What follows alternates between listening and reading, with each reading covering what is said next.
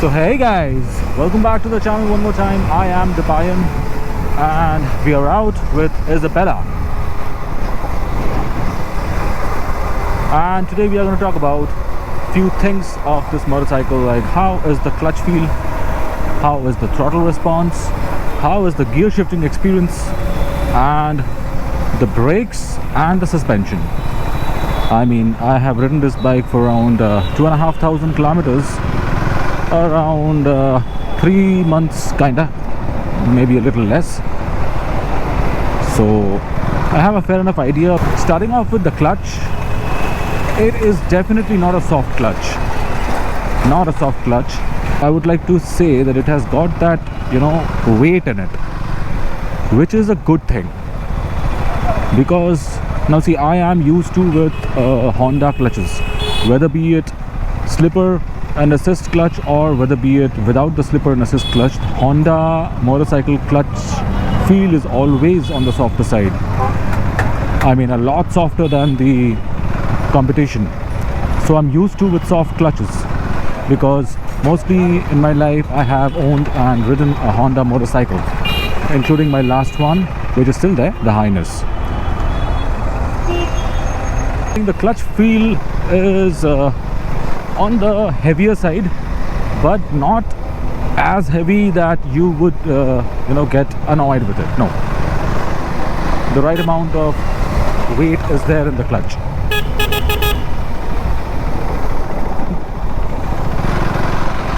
The throttle response in the lower revs, especially below 4000 rpm, is a little bit twitchy at times, especially when you're in the lower gears. It's not there from the third gear, but the first and the second gear is a little bit twitchy. Now I think that is common with most of the high compression engines, and which has the ride-by-wire technology. So that's there, but apart from that, throttle response is absolutely spot on. There is no a flat spot as such. The gear shifting experience, now I'm not going to talk about the quick shift over here. I am just interested to share the normal gear shifting that is with the clutch. In one word, it's flawless. It's absolutely flawless. Now if you guys recall, I also had a Gen 2 Juke 390. I had bought it pre-owned, so even in that one I didn't feel any difficulty in shifting the gears, and the thing is the same with this one as well. There is no problem with it.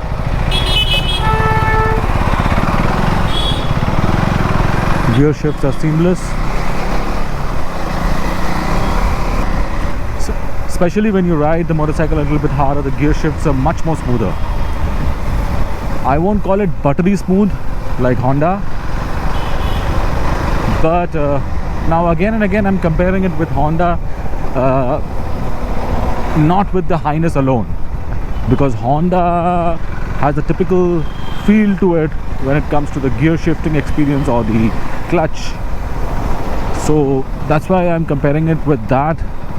So if you ever have owned and ridden a Honda, you will get an experience. I mean, you'll get an understanding that this is not as buttery smooth as Honda. It has got that mechanical feel which it will deliver to you in your foot, but at the same time it gives you the surety that yes, the gear is now shifted. About the suspension, now again I'm not talking about the adjustability of the suspension, which is of course there and it works, which I would make a dedicated video maybe later, because even I am yet to explore it to its full potential. The adjustability, yeah, I know it can be adjusted, and I did adjust it to my liking, but I didn't get time to explore the full potential of the suspension. So once I am done with that, I'm going to come up with a dedicated video on it. But today let's talk about the basic hardware which is provided. So the suspension in this motorcycle, the Gen 3, is a different one. As we know, The rear suspension is side mounted. It's on the right hand side of the motorcycle, not on the center. So that's a different kind of engineering that the manufacturers are coming up with. So there are very few motorcycles in which I actually like the rear suspension, and this is one of them.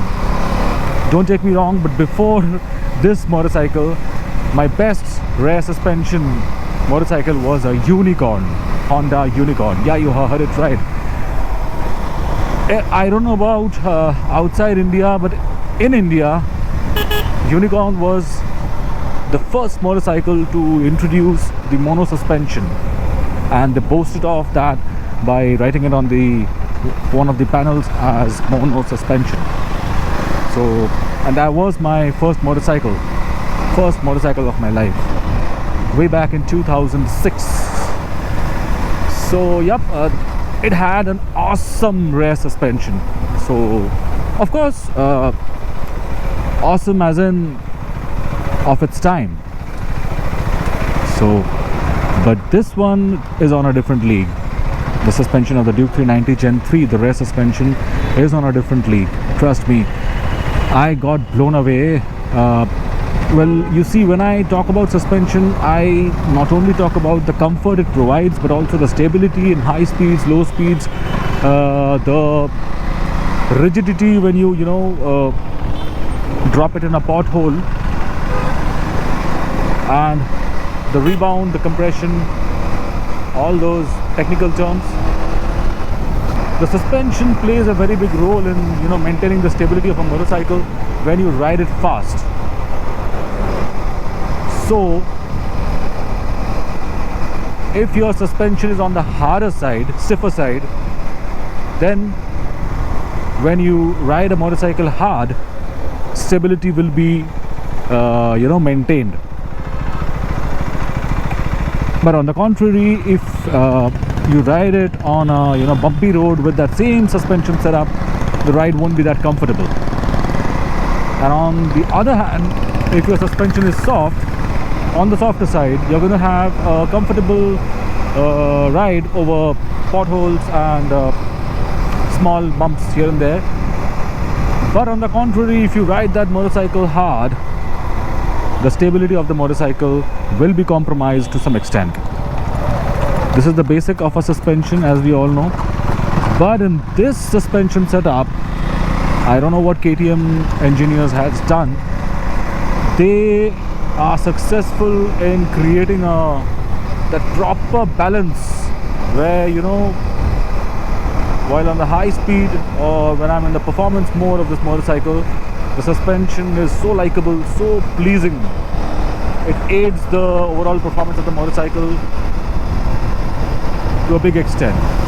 And at the same time, when I drop it on small potholes, small to medium sized potholes, it is equally comfortable. I mean, you won't feel the bumps that much, even if it is in that setting. So that's what I meant. So the rear suspension coupled up with the front suspension, which is there in this motorcycle, does a excellent job. It really has impressed me to a big extent. Now let's talk about the brakes a little bit.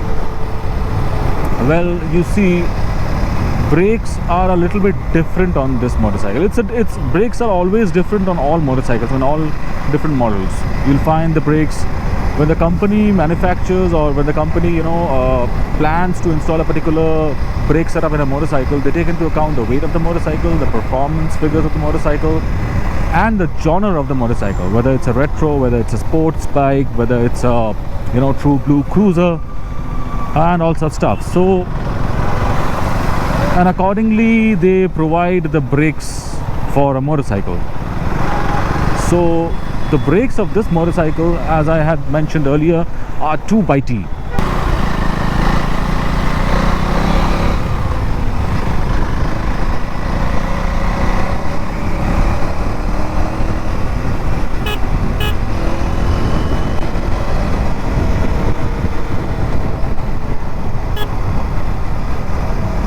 but you got to, you know, relearn how to brake in a motorcycle when you start riding this motorcycle, because you know, in order to brake this motorcycle, I mean brake this kind of performance, because not everybody rides like me, okay? A lot of people are there who may ride this motorcycle a lot differently, I hope you understand. So in order to, you know, assist those kinds of riders,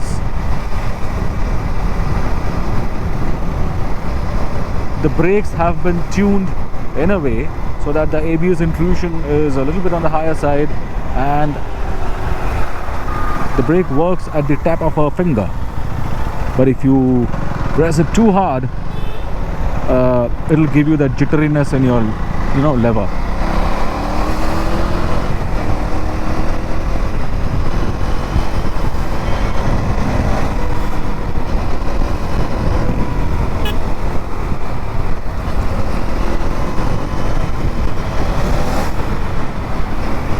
You see what I mean?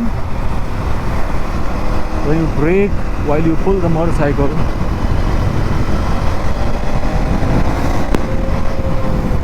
two things are very important. How the front suspension or the complete suspension setup of the motorcycle is there, and how the brake bite and every other feature of a brake is set up. So it is set differently for, you know, to aid this kind of performance from this motorcycle. So it will be different. You need to relearn it. I had also spent a lot of time, you know, riding this motorcycle very, very carefully, so that I get to know each and every side of this motorcycle. This is definitely not a motorcycle to start your motorcycling with, right? Not a newbie's bike.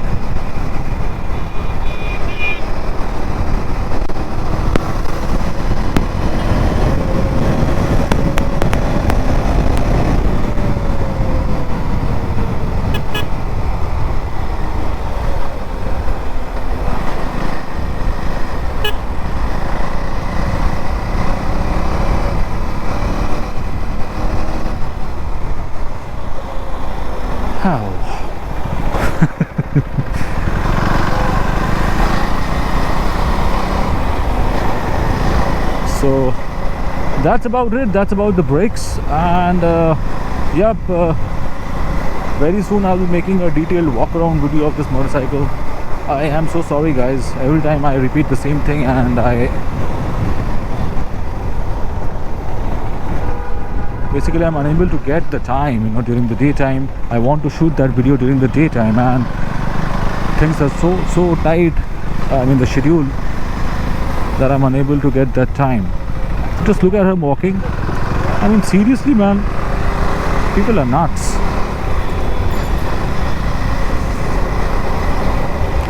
So yep, stay tuned for that video coming up very, very soon. Thank you so much for all your likes, comments, your love. Keep sharing. Do take care of yourself and your loved one, guys. Enjoy yourself, ride really hard. Take care, bye bye, tata.